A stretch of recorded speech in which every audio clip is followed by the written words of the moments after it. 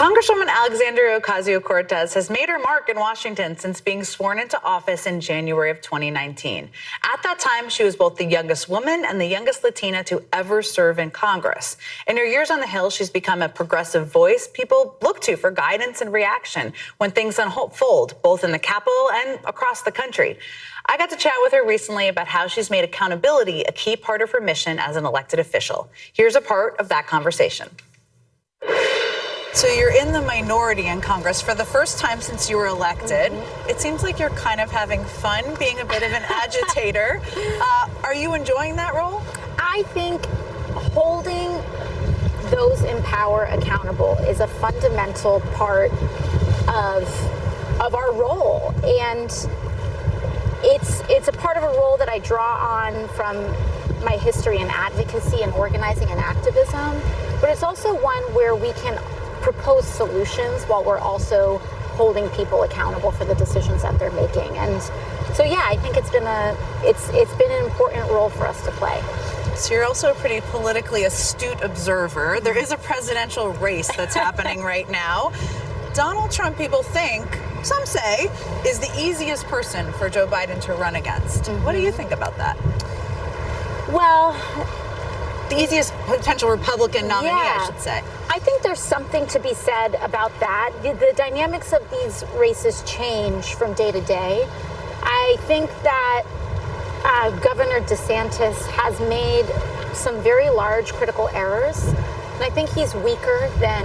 What are his biggest errors, do you think, as you've watched? Well, you can't out-Trump Trump, right? And that's what he's really been trying to do.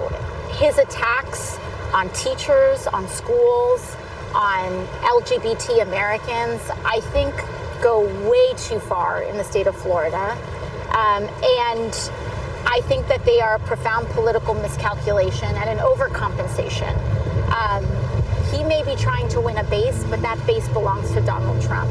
And he has sacrificed, I think, the one thing that others may have thought would make him competitive, which is this idea that he would somehow be more rational than Donald Trump, which he isn't. Now, you're very familiar with surprising people and winning a primary. Is there anyone in the Republican field, you would disagree with them completely on policy issues, but that you think maybe they have something, or maybe they could take on Trump? It is early in the process. You know, I think in the House, I see the dynamics and the political dynamics in the House very often mirror some of the political dynamics happening out in the country.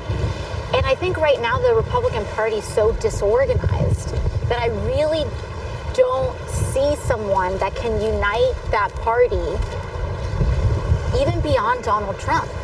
And so, to be honest, I don't, because the individuals that have wanted to appeal to people's cooler senses in the party have all been driven out. Every Republican who voted for impeachment is no longer there. Is no longer there. And so I really struggle to find anybody that can both accomplish that task and unite their party. So you have developed this reputation, I don't know if you like this or not, as a firebrand. Yeah. What do people get wrong about you or not know about you? I think very often when I meet with colleagues or individuals that I had not met with before, they are surprised that I do my homework a lot. I know when I had my first hearing. Are you a little nerdy and people don't know this? Oh, no, absolutely, a little. No, I think, it's like when I had my first hearing with Michael Cohen, people were surprised that I tried to ask substantive questions. But I think that there is this idea that you somehow can't both be an effective communicator and discuss and challenge the bounds of our political imagination on substantive grounds. And I think we can do both, and I think we should do both. So I know you're not going to talk about 10 to 15 years from now. I don't know what I'm doing 10 to 15 years from now. But in 5 years, are you going to be in Congress? I mean, maybe. You know, I think I've always tried to approach my service in a way of what really I think would be best for people. And if it would be best for me to continue my service, then I will. If it's best for me to continue my service in a different form, then I hope to do that like as in well. the Senate, for example.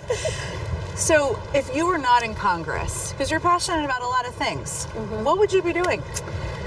I mean, before I ever even thought about being in Congress, I've always been passionate about teaching and writing. And so maybe I would have been a teacher. Thank you to Congresswoman Alexandria Ocasio-Cortez for spending some time with me. More of my conversation with the Congresswoman can be found on msnbc.com.